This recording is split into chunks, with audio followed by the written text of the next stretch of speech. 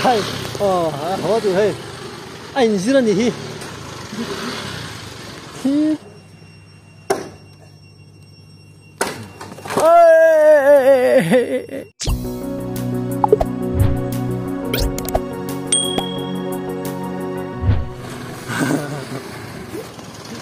Hay, khó chịu hay. Anh gì là gì?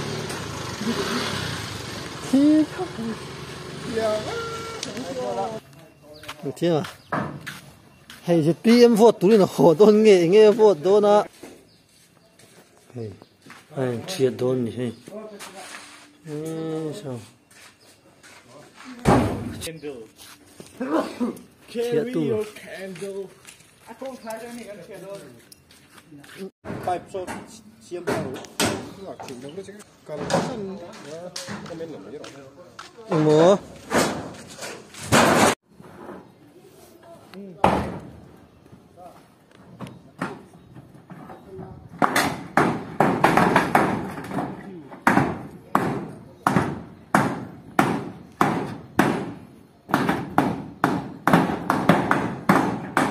cần chia để đốn là đi sẽ hay cái này sẽ lên nữa sẽ thôi hai này chân một chia để nữa rồi chia từ rồi cũng trước mới lại bây giờ nó chia để tụi này hay chưa rằng qua po thar được vậy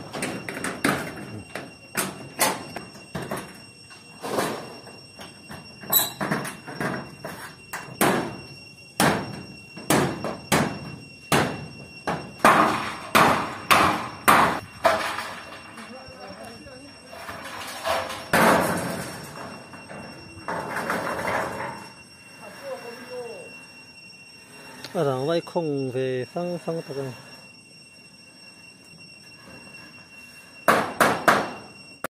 hiện chuyện dấu địa thế ạ cái này chân lên à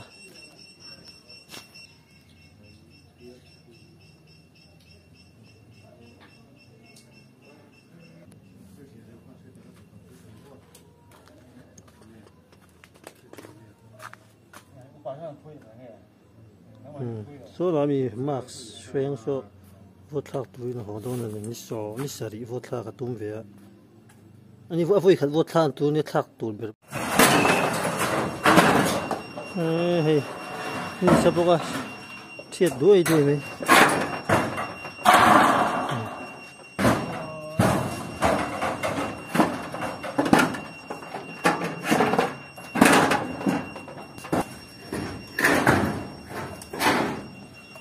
ช่างลำปังจังอิน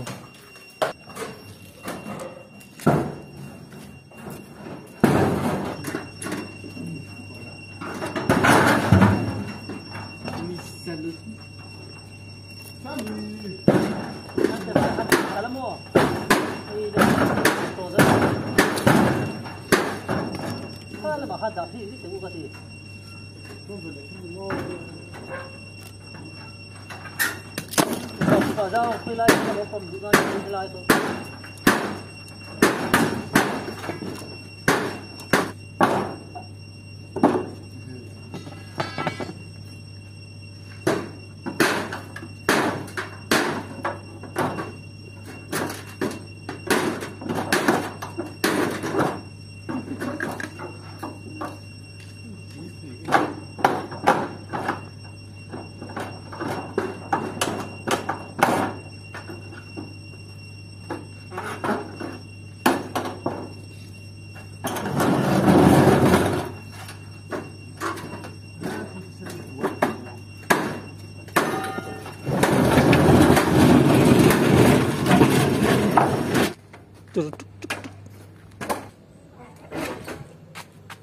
Có hình phi đón nha.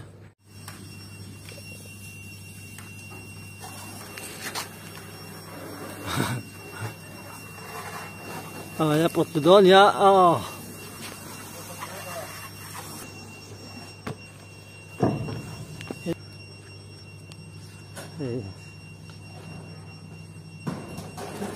thil dang ho chelo zo ti kan du sia ol sam zo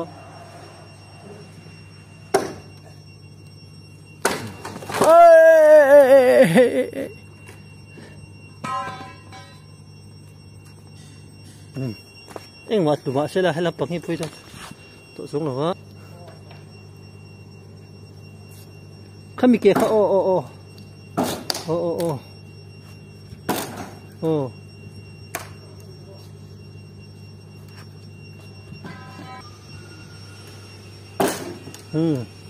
anh đến chỉ là tháo xía ô lê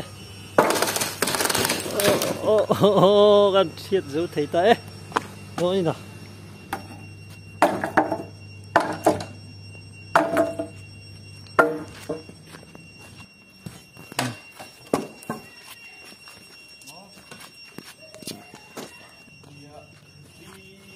bây giờ cái này bây giờ bị bọn tiêu về thấy tao đoan ta nhỉ anh chơi gió miêu chuồn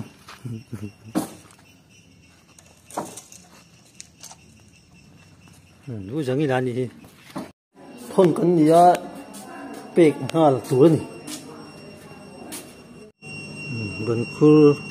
cái chuyện nó khá bằng khul lại để ta nó bằng khul lại khi trên này xây đồ nè thì mình ôi vào ôi được từ xí